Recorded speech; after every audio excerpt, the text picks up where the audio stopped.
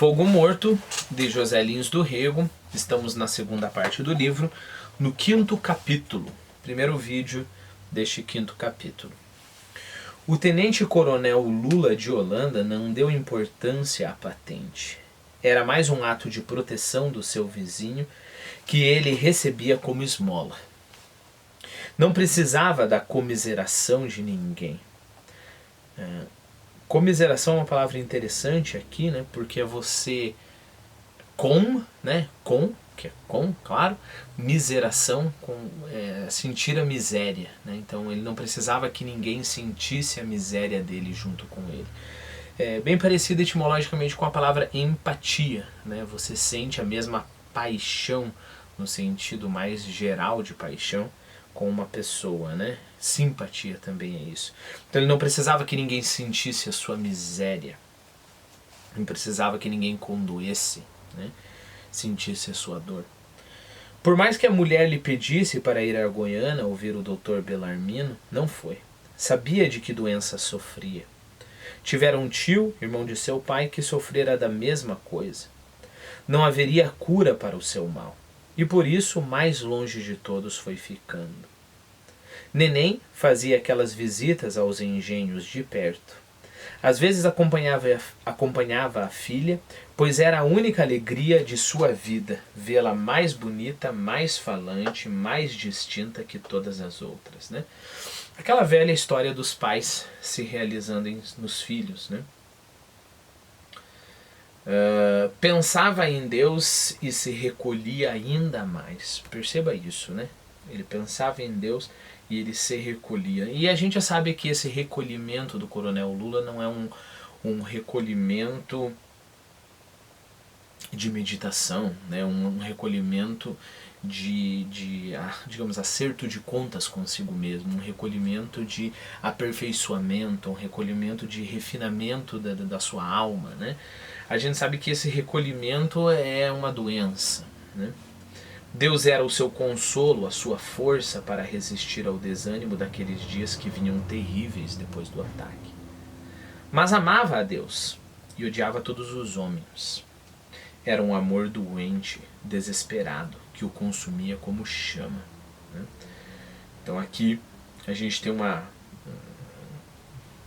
concepção bem importante, concepção essa que eu concordo, né? Amar a Deus não é automaticamente uma coisa muito boa, né? O que eu estou dizendo, o que eu estou querendo dizer com isso?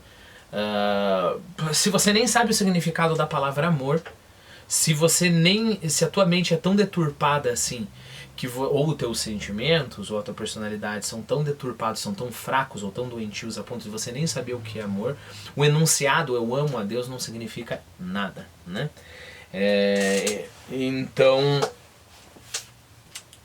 E aí, é claro, a gente poderia aplicar isso aos próprios mandamentos, né?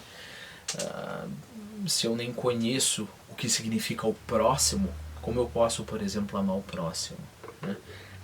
E daqui se infere que há uma preparação, há um refinamento que você tem que ter para se chegar a amar verdadeiramente a Deus, para que não seja um amor desesperado, doentio, que o consome, né? E nesse momento eu lembro de uns versinhos do Antônio Machado, que é quien habla solo espera hablar a Deus um dia, né? Significando o quê? Como assim falar sozinho? Quem fala sozinho espera falar a Deus um dia. Primeiro você fala sozinho, primeiro você pega o tom da sua voz, primeiro você descobre o que são as coisas, né? O que é o outro, o que é o amor.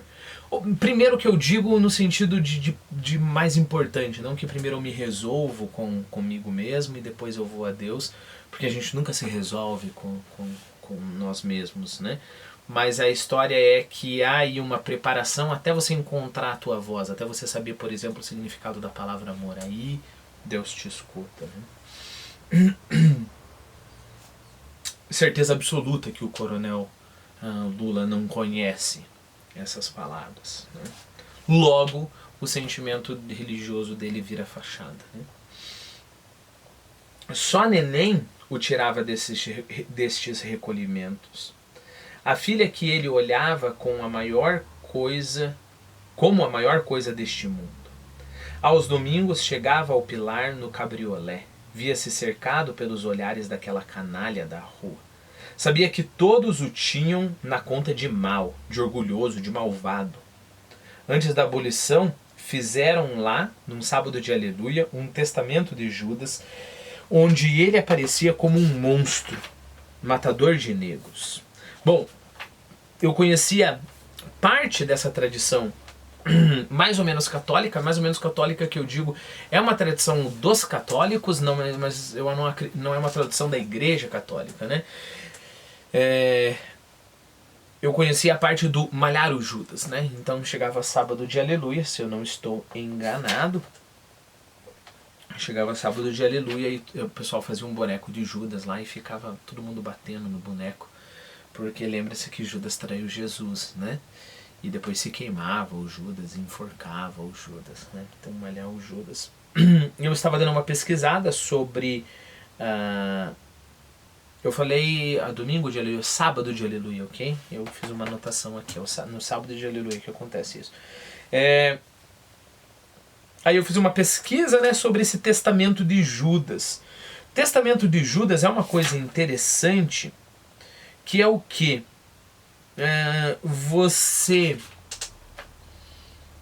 A princípio você faz alguns versinhos ali para criticar Judas, né? Xingar o Judas, porque do mesmo modo que você vai malhar o Judas, você vai, né, vituperar o Judas também.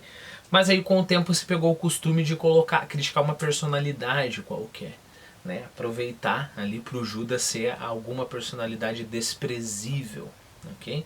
E aí a gente tem esses versos criticando essa personalidade. Eu realmente não lembro se eu fiz o Quizlet para esse capítulo em específico. Se eu tiver feito, deve ter algum link em alguma coisa. Mas no vídeo, no próximo vídeo eu já verifico aqui e falo para vocês. Então fizeram lá um testamento de Judas, né? Onde ele aparecia como um monstro, matador de negros.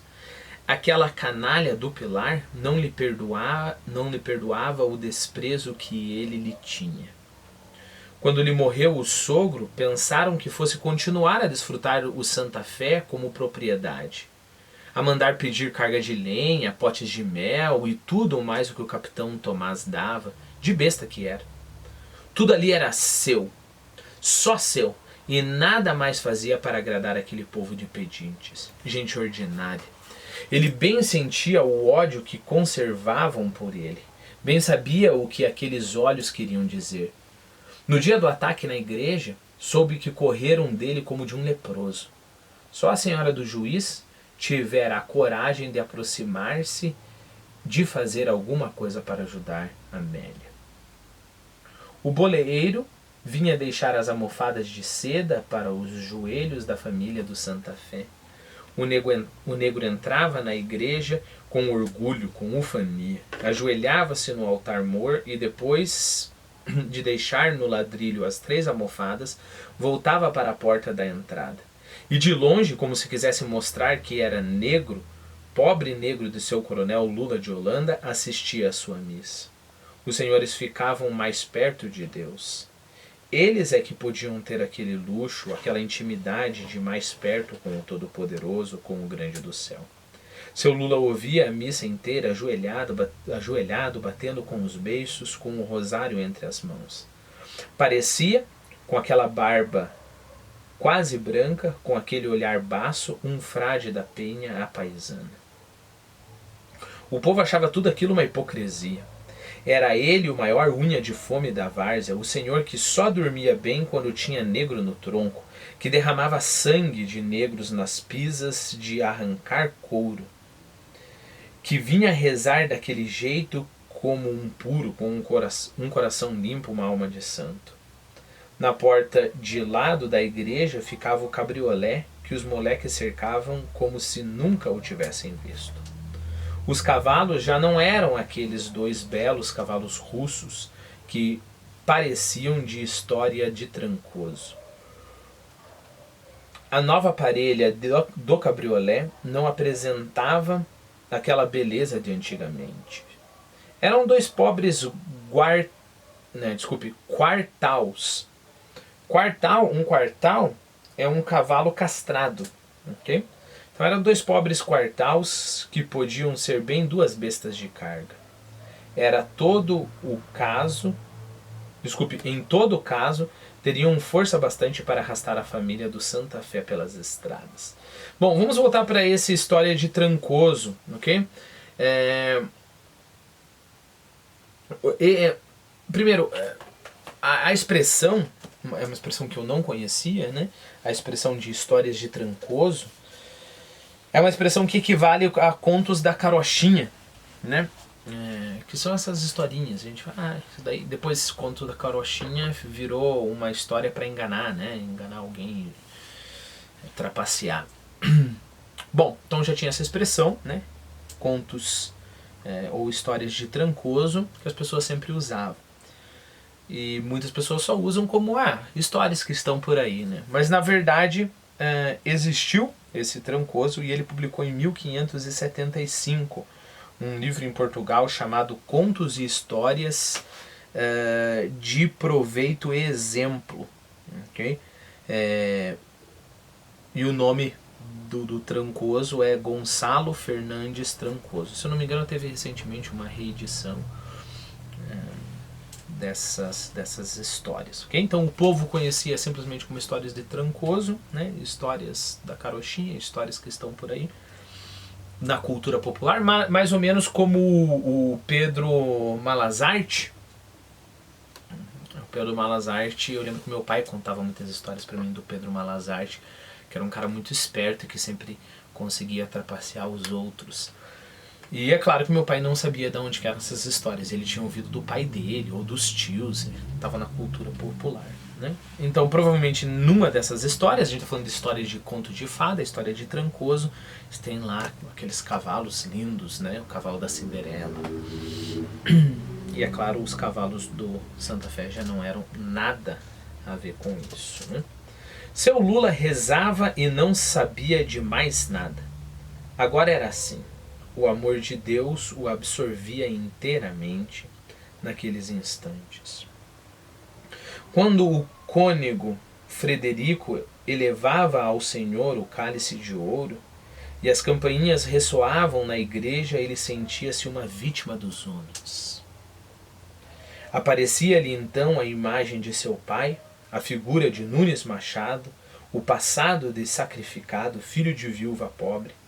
Sim, ele, Luís de Holanda Chacon, não era o que deveria ser. Fora roubado do que era seu, do que devia ser somente seu. Baixava a cabeça e batia nos beiços.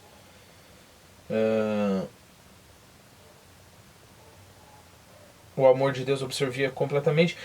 Eu coloquei uma observação aqui que eu estava tentando lembrar. A crueldade do narrador colocar nessas palavras, quer dizer, o amor de Deus o absorvia completamente. E aí, bom, se você é religioso, né, é quase que ofensivo, né, ficar enfatizando que o Coronel Lula era muito religioso e ele era isso que ele é, né? Mas não é. Repare no seguinte. É assim que o Coronel Lula vê a sua realidade, né? A gente sabe que esse amor dele é um amor doentio, né? Mas ele se vê como absorvido pelo amor de Deus e não como o que realmente é. E a gente consegue ver aqui, Deus é muito mais um subterfúgio para os seus problemas interiores do que uma solução. Deus não é aquilo que puxa o Coronel Lula para cima, para fora de si mesmo, para o melhor, para a superação da sua condição de homem fraco. Deus é aquilo que protege ele e permanece ou deixa ele na condição de fraco, né? Nesse quesito não é Deus que o Coronel Lula está buscando, né? É uma imagem parecida com a de Deus somente para mera preservação, né? Aí ele pode vir com o seu discurso vitimista, o seu coitadismo, né? Reparem, não de um jeito ou de outro, os nossos três personagens, né, o Coronel José Amaro, o Vitorino é uma outra coisa, mas pelo menos o José Amaro e o Lula, eles a todo momento têm esse discurso vitimista, né? Que esses canalhas. Ele não tem aquele discurso vitimista de coitadinho, ai, por favor, alguém me proteja, mas é um vitimismo com raiva, né? A culpa é dos outros, sempre é dos outros, né? Então, é o governo que perseguiu o pai dele, é a sociedade que, né, o império que libertou os escravos e aí ele perdeu os escravos, é essa ralé aqui do povo do Pilar que fica me perseguindo, sempre é culpa dos outros, né? E por mais que tanto ele quanto José Amaro usem agressividade, ainda assim é um discurso vitimista, ainda assim é um discurso de coitadinho. Ai, olha como eu sou injustiçado, olha, mataram meu pai na Revolução, olha, a abolição da escravatura me levou todos os meus escravos, olha, coitado de mim, né? E nesse sentido Deus é doentio para o Coronel Lula, né? Porque Deus é o que fala para ele, no mundinho do Coronel Lula, ah, é verdade, olha como você está sofrendo, não é culpa tua, não é culpa tua. Eu acho que aí está a essência do vitimismo, né? Você não assumir a tua própria culpa. Você não assumir a tua própria responsabilidade. Você não assumir que por mais que outras pessoas tenham interferido na tua desgraça, ainda é o teu papel tomar controle da tua vida e fazer algo, né? Então esses dois pontos, vamos manter esses dois pontos, né? O vitimismo, tanto do Coronel Lula quanto do José Amaro, e esse Deus deturpado do Coronel Lula. Não era o que devia ser, fora roubado do que era seu, do que devia ser somente seu. Baixava a cabeça e batia nos peitos. Lembre-se que a gente está falando da missa antes do Concílio Vaticano II, então a missa ainda, a hora do perdão, por exemplo, você bate no teu próprio peito e fala mea culpa, minha máxima culpa, quando você está pedindo perdão. É interessante, extremamente interessante a gente lembrar disso, que é uma parte da missa em que você pede perdão, porque mostra o nível de inconsciência do Lula. Por que nível de consciência? Essa parte da missa era justamente a parte que ele olharia para a vida dele, bateria nos peitos e falaria, não é minha culpa. É porque eu sou um misantropo, é porque eu desconfio de todo mundo, é porque eu não trabalho, é porque eu não presto atenção no meu sítio, é porque eu não respeito o direito à minha mulher, é porque eu não respeitei a minha escravatura, é por os meus escravos. Nesse momento ele deveria estar adquirindo consciência dele mesmo, esse é o propósito do pedido de perdão, né? Quando você pede perdão para Deus, você está reconhecendo aquilo que é responsabilidade tua. E nesse momento mesmo, ele batia nos peitos e em vez de fazer o que ele deveria estar fazendo, ele está se sentindo um coitadinho, né? Baixava a cabeça e batia nos peitos. Tinha sido roubado. Mataram-lhe o pai, roubaram-lhe o que era de sua mãe, roubaram-lhe os negros com a lei. E a figura do vizinho, o rico José Paulino, mandando-lhe patente de coronel, comprando terras para livrá-lo de uma questão perigosa, tudo isso que aos outros poderia parecer uma grandeza de alma, doía-lhe como ofensa, como ultraje. Estava reduzido a nada. Mas o Deus que ali estava, naquele instante, o Deus que dera o corpo e o sangue para salvar o mundo, vingava-se de todas as dores de seu corpo com a ressurreição. Os soldados caíram para um lado, aterrorizados, quando o corpo de Deus subiu para os céus. Claro que ele está falando da ressurreição de Cristo, né? E é claro que a analogia que ele faz é a mesma com ele, né? Esses canalhas que ficam aí tentando me ajudar vão pagar. Um dia eu vou ressuscitar em glória. Todos esses que me oprimem